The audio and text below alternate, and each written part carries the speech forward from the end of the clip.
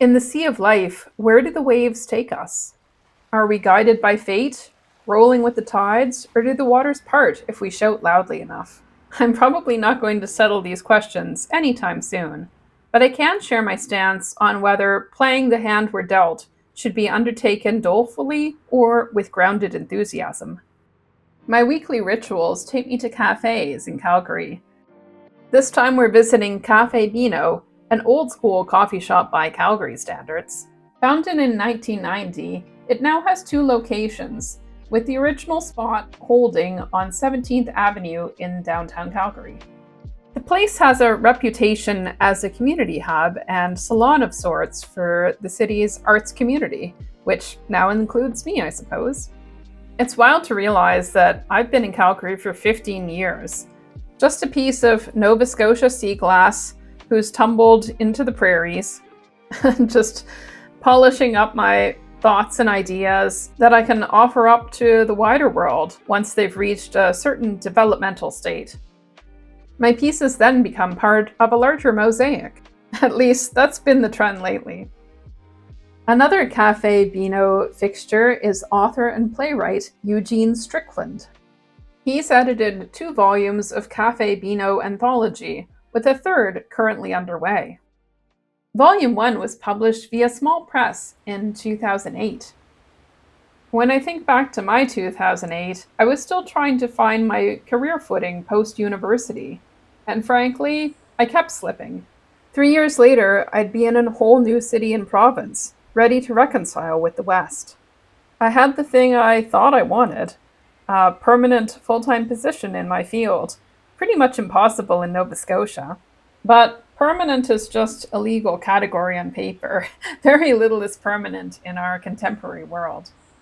Jobs and contracts might come and go, but the thing that I found that is lasting in the city is community. This spring, I was delighted to be part of a group exhibit in Lougheed House, a provincial museum in the Beltline, essentially a stone's throw from Caffe Beano.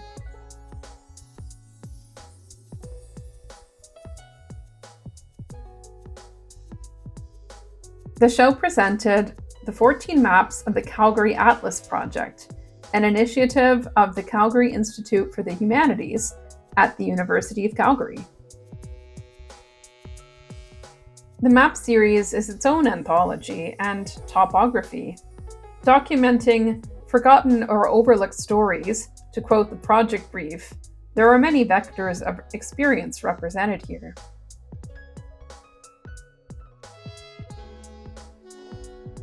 From the natural world to migrant communities, to cultures, food, theater, even wrestling, the possibilities of what to depict are endless, and my fellow creatives, editors, writers, artists, craftspeople have come up with amazing ways to depict this. Bring a ding dong dandy, and away we go.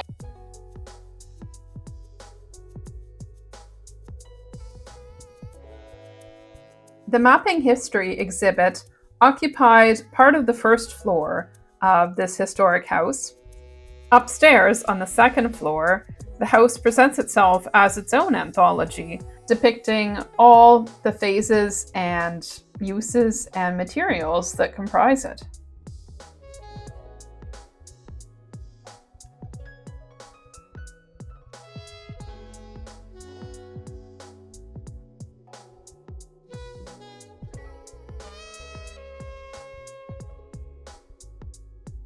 Even mighty Alberta patriarch James Lougheed kept his own little diary. Together with local historian Kirk Nygarth and project editor James Ellis, I created Workers Stand Up, a labor history map for the project.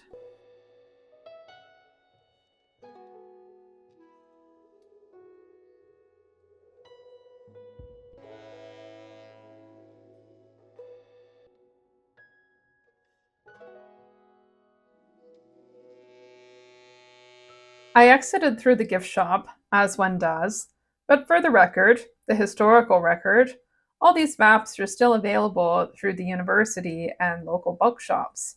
And personally, I hope there's more to come.